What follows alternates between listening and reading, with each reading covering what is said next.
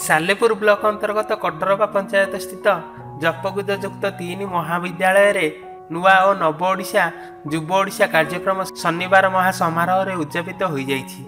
महाविद्यालय अध्यक्षा डॉक्टर राजश्री मिश्र कार्यक्रम पौरोहित्य करने स्वागत भाषण माध्यम सरकार नुआ और योजना माध्यम छात्र छात्री मान लोकायत प्रतिभा विकसित हो पार बोली मत प्रकाश करते। मुख्य अतिथि भाव सालेपुर विधायक प्रशांत बेहेरा जोगदे शिक्षार विकास पर मुख्यमंत्री अनेक योजना कार्यकारी करथिया बेले नुआ और योजना छात्र छात्री मानक पई एक जुगांतकारी पदक्षेप बोली मत प्रकाश करथिले। एही महाविद्यालय उन्नतीकरण निमंते 5टी योजनार सामिल होईछि बोली कहवा सह समृद्ध समाज गठन में युव शक्तिर भूमिका गुरुत्वपूर्ण बोली कहिथिले। मुख्य वक्ता भाव पंचायत समिति अध्यक्ष रामचंद्र जोपई जोगदे छात्र छात्री माने समाज रे बड़ मनीष परिवर्ते आदर्श मनीष भाव परिचय सृष्टि करिपारिबाकू से परामर्श देइथिले। सम्मानित अतिथि भाव वरिष्ठ सांबादिक अक्षय कुमार दास, सांबादिक शारदा प्रसन्न पंडा, सरपंच रंजन कुमार राउल, समिति सभ्य गयदार मल्लिक प्रमुख जोग छात्र छात्री मानकु मार्गदर्शक देइथिले। प्रारंभ में अतिथि माने महाप्रभु जगन्नाथ फोटोचित्र रे पुष्पमाल्य सह प्रदीप प्रज्वलन पर सभा कार्य अनुष्ठित होइथिला। मु डॉक्टर राजश्री मिश्र जपकुदा महिला डिग्री कॉलेज रो अध्यक्षा अटे। यह एक लोकप्रिय कार्यक्रम अटे।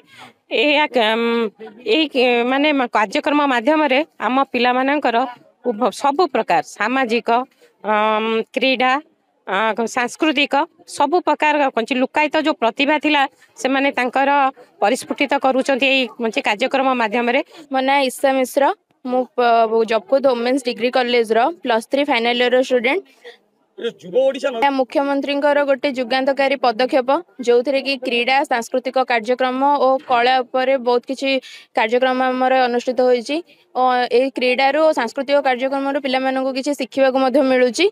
देखो आज जपकुद वुमेन्स डिग्री कॉलेज रे समन्वय युव विकास कार्यक्रम उद्यापन उत्सव थिला। ये कार्यक्रम रे सालेपुर पंचायत समिति अध्यक्ष एवं ये अंचल युव प्रतिभा नारायण पति महोदय, सरपंच समिति सदस्य, कॉलेज प्रिंसिपाल, समस्त अध्यापिका अध्यापक छात्री समस्त जोग देते।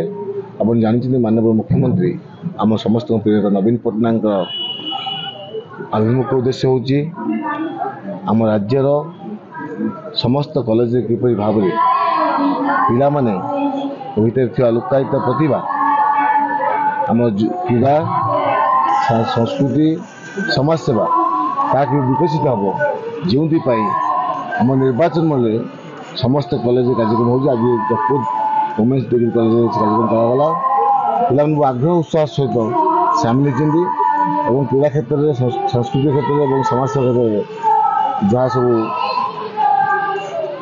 ये प्रतिष्ठा हासिल कर पुरस्कार ने आम उद्देश्य आम पिला यदि समस्त भल गुण अधिकारी हे आम अंचल आम राज्य सुस्थ समाज अग्रणी राज्य भाव।